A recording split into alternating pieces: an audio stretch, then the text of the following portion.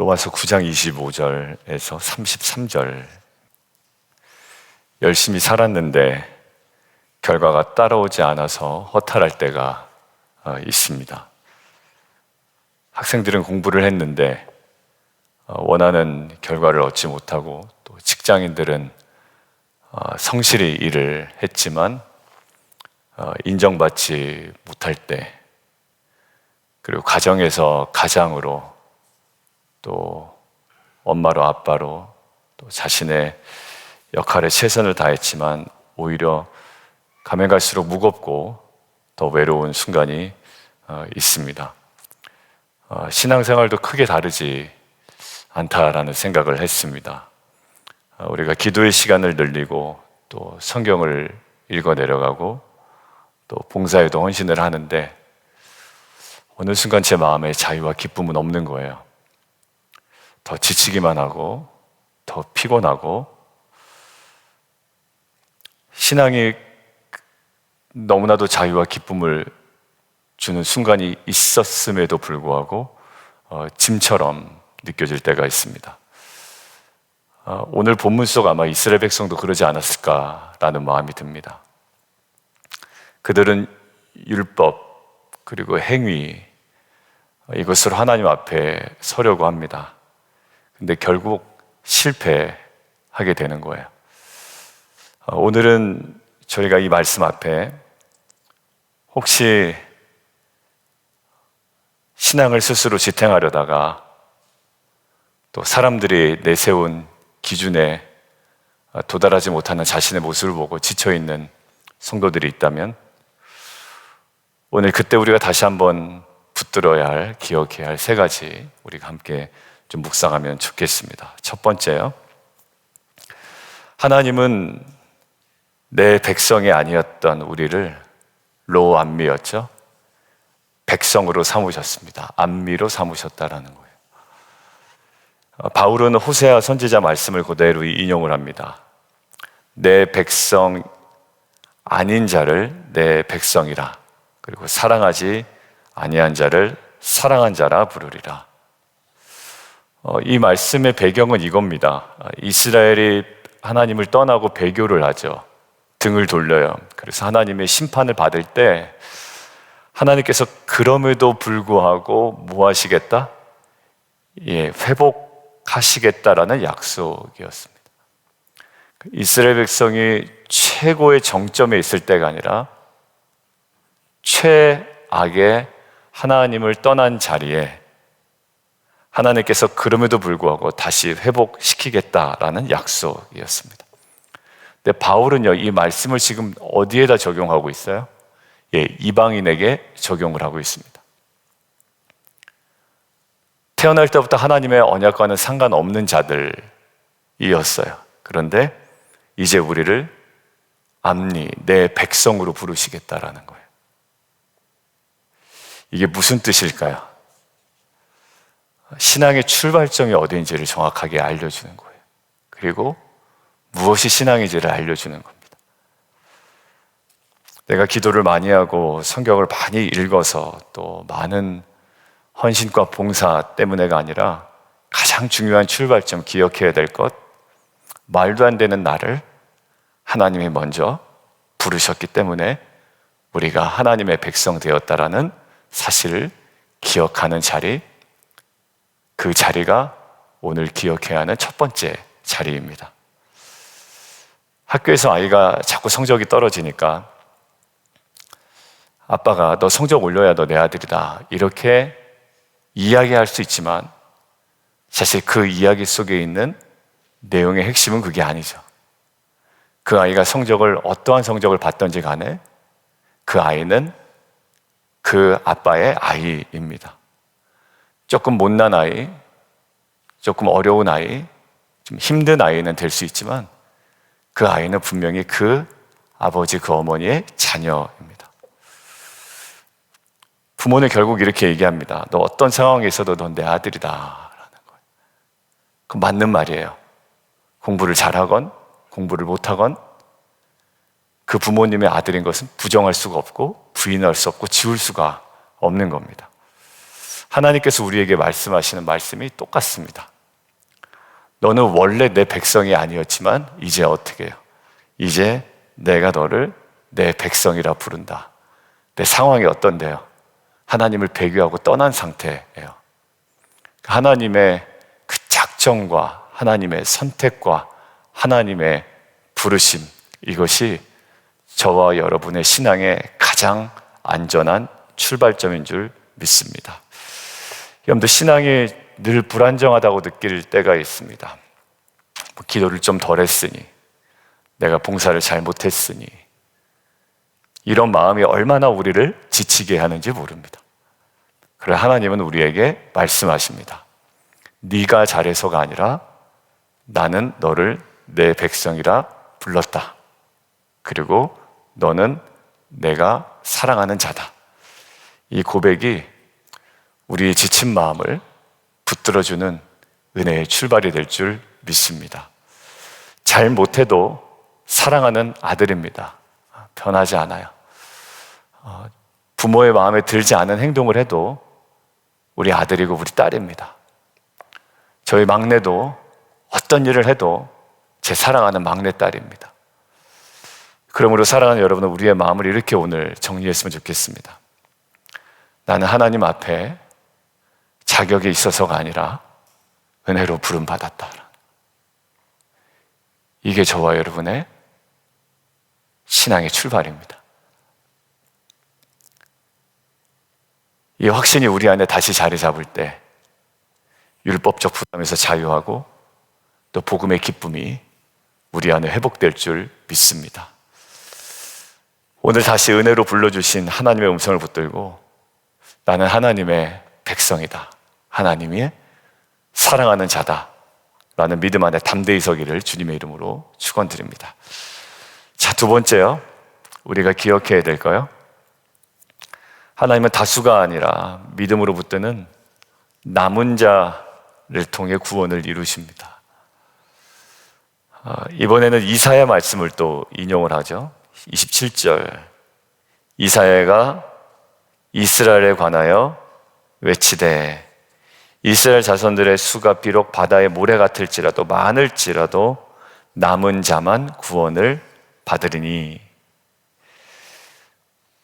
이 말씀은 이스라엘이 수적으로 아무리 많아도 하나님께 돌아온 남은 자만 구원을 얻는다라는 뜻입니다. 바울은 이것을 통해 이렇게 얘기합니다. 혈통으로나 전통으로 자동적으로 받는 것이 아니라 자신의 연약함을 고백하고 하나님을 믿음으로 붙드는 사람이 구원에 참여한다라는 사실입니다. 여러분들, 이 말씀은 우리에게 큰 위로가 됩니다. 왜냐하면 구원은 다수결이 아니기 때문입니다. 많은 사람이 한다라는 이유로 우리에게 안전하지 않습니다. 반대로 내가 소수에 속해 있어도 세상 속에 너무나 외로워 보여도 그렇게 외롭게 살다가 끝난 것 같아도 믿음으로 하나님께 붙어 있다면 그것으로 충분합니다. 그리고 자신의 연약함을 고백하고 하나님 앞에 제대로 설 수 없는 자신의 죄성을 고백하고 난 하나님 앞에 설 수 없어 라고 고백하는 그 고백마저도 하나님께서는 하나님을 인식하고 거룩을 인식하고 자기의 죄성을 인식한 그 고백을 믿음으로 받으신 줄 믿습니다. 그런데 결국 많은 사람의 경향성이 아니라 주님 앞에서의 단독자로서의 그 믿음의 고백이 작은 소수라 할지라도, 너무나도 연약해 보이는 고백이라 할지라도 그 사람을 구원하는 하나님의 은혜의 인생임을 나타내는 귀한 은혜인 줄 믿습니다. 여러분들, 이스라엘 역사 속에 남은 자 사상이 어떻게 드러났냐면 엘리야가 갈멜산에서 누구랑 싸워요? 바알 선지자들과 싸우잖아요. 깊이 낙심했을 때가 있습니다. 그 낙심의 상태가 어떤 낙심이냐면 돈이 없어서도 아니고 그에게 그 어떠한 부족이 아니라 주님, 나 혼자만 남았습니다라는 고백 때문에 힘들었던 거예요. 그때 하나님 뭐라고 말씀하시죠? 내가 이스라엘 가운데 바알에게 무릎 꿇지 않은 7,000명을 남겨두었다라는 거예요. 어떤 소수요?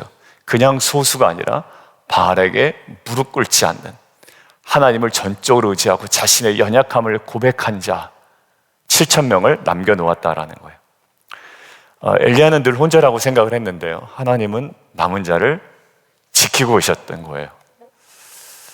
구원은 언제나 소수 같아 보이는, 그리고 너무 연약해 보이는, 그리고 혼자 있어서 외롭게 생각하고 있는 그 사람들에게 믿음을 통하여 온전하게 이루어 가시는 줄 믿습니다. 우리도 신앙의 길을 걷다 보면 혼자 걷는 것 아닌가라는 생각이 있습니다. 어제 우리 남성 지기들하고 우리 김민 목사님 이제 와서 환영회로 모였거든요. 식사하고 빵집에 가서 이제 빵이랑 같이 먹으면서 이야기를 나누다가 어제 이제 마무리 이렇게 좀 분위기가 좋았어요. 이렇게 서로에 대한 격려하고 김민 목사님 칭찬도 하고 또 바램도 얘기하고 다짐도 이야기하고 하다가 마지막에 이런 얘기했던 기억이 나요. 우리 지기들, 리더들인데 외롭지 않았으면 좋겠다라는 거예요. 우리 집사님 외롭지 않았으면 좋겠고, 또 집사님도 신앙생활 더 외롭지 않았으면 좋겠고, 혼자 외로워서 끙끙 앓지 않았으면 좋겠고, 그냥 기도의 제목이 이렇게 오픈이 돼서 같이 기도하는 가운데 걸어갔으면 좋겠다라는 마음이 있었습니다. 신앙을 지킨다는 거 세상에서 외롭게 느껴지거든요.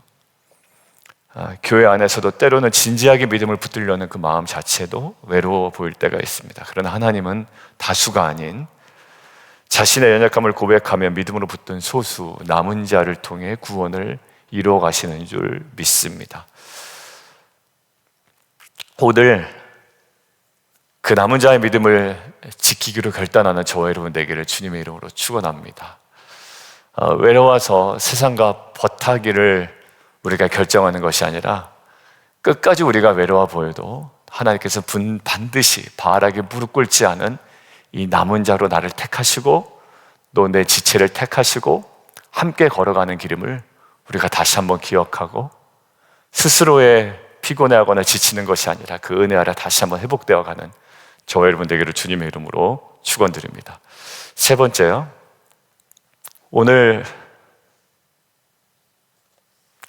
결국 하나님께서 우리에게 주시는 말씀은요, 예수 그리스도의 걸림돌, 예수 그리스도가 나에게 무엇인가를 다시 한번 생각하게 하는 그 말씀이라고 저는 생각이 듭니다. 오늘 한번 32절과 33절 함께 읽도록 하겠습니다. 바울은 이제 결론을 내립니다. 이방인은 뭐래요? 의를 쫓지 아니하였다. 믿음을 의지하지 않고 행위를 의지합니다. 근데 이스라엘은 의의 법을 따라간 자로서 법에 이르지 못했다. 이제 이런 결론이에요. 의의 법을 따라간 이스라엘은 율법에 이르지 못했다. 31절이죠. 여기서 아주 분명해지는 겁니다. 율법과 행위로 무엇을 세우려고 해요? 의를 세우려고 했던. 그러니까 지치는 인생입니다. 여러분들, 어느덧 우리의 신앙이 은혜로 시작했는데 율법과 행위로 자꾸 의를 세우려고 하는 거예요. 근데 그런 이스라엘의 모습은 어때? 실패해요. 근데 오히려 율법을 몰랐던 이방인들은 어때요? 앞에 30절에 의를 얻었다고 이야기합니다. 여러분들, 이게 뭐냐면 은혜예요. 바울은 이 사실을 걸림돌로 이야기를 합니다. 보라, 내가 시온의 걸림돌과 부딪히는 반석을 두었다. 그를 믿는 자는 부끄러움을 당하지 아니하리라. 그리스도를 믿음으로 받아들이는 자에게는 뭐예요? 구원이 주어지지만 믿음을 거부하는 자에게는 오히려 걸림돌이 된다라는 거예요.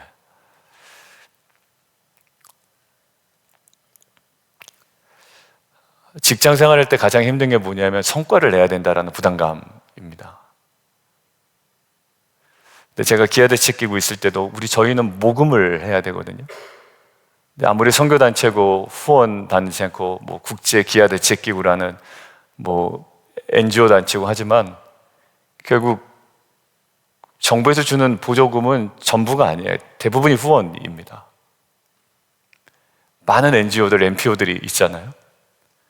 그러니까 이 모금에 대한 부담이 항상 있는 거예요. 늘 긴장하고, 늘 신경 쓰고, 늘 지치고, 또 다른 어떤 부서와의 실적과의 그 비교에 있고 계속 이래요. 근데 한번 캐나다 선교사로 가신 그 선교사님 한 분 얘기하더라고요. 인정받으려고 하는 거는 알겠는데, 왜냐하면 또 처음에 들어갔으니 얼마나 인정받으려고 애쓰면서 노력을 했겠습니까? 그런데 이 기구가, 그리고 주변 사람이 그 조간사의 존재 가치를 드러내는 건 아니야라는 거예요. 결국 저의 존재 가치는 누가 가장 잘 아신다라고 말씀하시냐면 주님께서 잘 아셔. 그러니까 거기에 대한 믿음이 떨어지는 순간 우리는 우리의 행위대로 무엇인가를 자꾸 이뤄내려고 애쓰는 신앙으로 바뀌게 되는 거죠. 거기에서 만족되어 주신 은혜로 감당하는 것이 아니라 오히려 왜 그리스도도 걸림돌이 되고 나의 신앙의 목표도 걸림돌이 되고 그 모든 것들이 나에게 짐이 되는 겁니다. 우리가 행위로 하나님께 인정받으려고 하잖아요. 그러면 늘 불안하고 지치는 것 같아요. 그러나 하나님은 그리스도 안에서 이미 우리를 어떻게 의롭다 하신 줄 믿습니다. 믿음으로 받아들이는 순간 우리는 의롭다 칭함을 받고요. 더 이상 뭐 할 필요가 없냐면 증명할 필요가 없는 거예요. 혹시 여러분의 신앙이 늘 해야 한다라는 의무감 속에 지쳐 있다면 기도하지 못한 날은 정죄감이 눌리고 성경을 덜 읽은 주간이면은 더 마음에 또 그리스도의 사랑에서 멀어진 것처럼 느끼고, 그러나 오늘 말씀 분명히 얘기합니다. 의는요 행위가 아니라 믿음으로 주어진다라는 거예요. 의롭다 칭함을 받는 것은 내가 무엇을 했기 때문에가 아니라 예수 그리스도를 믿느냐에 따라 온전히 달려있는 줄 믿습니다. 오늘 우리가 이렇게 마음을 고백했으면 좋겠어요. 나는 율법의 행위가 아니라 믿음으로 하나님 앞에 선다. 오늘도 믿음 앞에 믿음으로 하나님 앞에 나아가는 저 여러분 되기를 원합니다. 그리스도를 믿음으로 나는 이미 의롭다 칭함을 받은 존재임을, 그래서 우리의 지친 영혼이 자유하게 되고 또 기쁨으로 우리의 신앙이 다시 한번 회복되어지는 귀한 은혜가 있기를 주님의 이름으로 축원합니다. 오늘 마무리합니다. 우리는 원래 하나님의 백성이 아니었습니다. 그런데 하나님이 우리를 내 백성이라고 불러주신 곳에 신앙의 출발이 시작됩니다. 하나님은 다수가 아니라 믿음으로 붙드는 남은 자를 통해 구원을 이루어 가십니다. 그리고 우리의 행위가 아니라 의는 오직 믿음으로 주어지는 은혜임을 믿습니다. 다시 붙들어야 되는 건 뭐예요? 다시 내가 뭘 열심히 해야지 라는 마음, 그 이전에 얼마나 성실했는가 하기 이전에 하나님께서 나를 은혜로 붙드셨다라는 사실이에요. 죄를 짓고 있는 나의 모습이 여전히 있고 어처구니 없는 현실 가운데 있지만 여전히 그럼에도 불구하고 하나님을 떠난 이스라엘을 내 백성이라고 부르시고 회복을 작정하셨던 그 은혜 앞에 서기를 원합니다. 이 고백이 지친 우리의 신앙을 새롭게 하고 복음의 기쁨을 새롭게 하는 귀한 은혜의 한날의 역사로 이루어질 줄 믿습니다. 우리 함께 좀 기도할까요? 시간 함께 기도하는데요. 주님, 우리의 행위로 신앙을 지탱하려 했던 우리의 무거운 짐을 내려놓습니다. 주님이 불러주신 은혜로 내 백성이라 불린 자로 온전히 서게 하여 주옵소서. 주님, 내가 아무리 작아 보여도 남은 자의 믿음을 지키며 살아가게 하여 주옵소서. 외롭고 힘든 자리에서도 끝까지 하나님을 붙드는 믿음을 허락하여 주옵소서. 그리고 나의 의는 행위가 아니라 믿음으로 주어졌음을 붙듭니다. 그리스도를 믿는 믿음 안에서 자유와 기쁨을 누리게 하여 주옵소서. 이 세 가지 기도 제목 가지고 우리 주님 이름 한 번 부르고 함께 기도하겠습니다.